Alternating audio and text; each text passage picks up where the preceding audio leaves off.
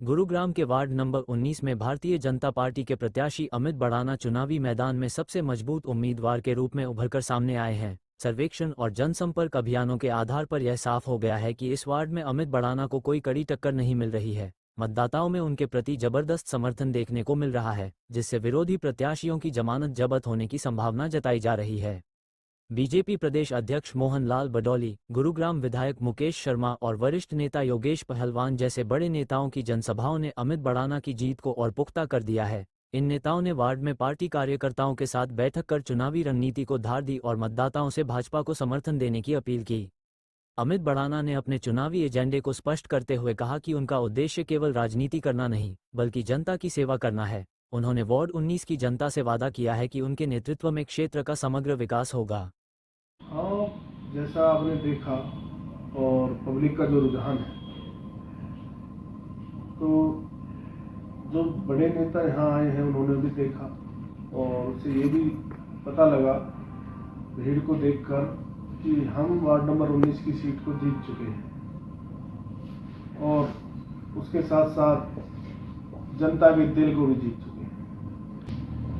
देखकर जल भराव की जो समस्या है उससे जितनी यहाँ पब्लिक परेशान है उतना ही हम खुद भी परेशान हैं, क्योंकि हमारा डेली का रूट यही है। और जल भराव की समस्या यहाँ पर बहुत बड़ी समस्या है। इस समस्या को हम बनते के साथ सबसे पहली प्रायोरिटी पे रखकर इसको ख़त्म करेंगे। और जो ट्रैफिक जाम के बारे में आप बोल रहे हो, तो ट्रैफिक जाम के लिए सरकार के साथ मिलकर रोड को थोड़ा चौड़ा करेंगे और जो बिजली के खंभे वगैरह जो यहाँ पर लगे हुए हैं जिनकी वजह से ट्रैफिक जाम होता है, उनको जो बिजली की तारें हैं उनको अंडरग्राउंड कर और रोड पे जो जाम की जो समस्या है इस समस्या को भी ख़त्म करेंगे। देखो, इसके लिए रीज़न है, जैसा आपने देखा बडौली जी कल साफ साफ शब्दों में कह के गए थे कि यहाँ पर सबसे पहले सीवर लाइन बिछाई जाएगी और सीवर लाइन जब बिछ जाएगी तो सीवर लाइन के साथ साथ ही जल भराव की समस्या खत्म हो जाएगी। तो आपको क्या लगता है कि क्या ऐसा एक पॉजिटिव पॉइंट है जो सिर्फ आप ही कर सकते हैं, कोई और प्रत्याशी नहीं कर सकता है? इसमें पॉजिटिव पॉइंट साफ साफ ये है कि हमें अगर अपने क्षेत्र का, अपने वार्ड नंबर 19 का कोई विकास करना है, साथ मिलकर ही कर सकते हैं, ना कि कोई निर्दलीय प्रत्याशी ये काम कर सकता है। क्योंकि बडौली जी ने साफ साफ शब्दों में कहा कि जो भी कोई निर्दलीय प्रत्याशी यहाँ से लड़ रहा है उन प्रत्याशियों की भाजपा में कोई एंट्री नहीं है। इसलिए हमें क्षेत्र के विकास के लिए भारतीय जनता पार्टी का होना बहुत जरूरी है। 5 काम ऐसे हैं, तो सीवर का काम हो गया, दूसरा लाइट का काम हो गया, जो लाइट की वजह से हमारी माताएं बहनें बहुत ज़्यादा परेशान रहती हैं गर्मियों में।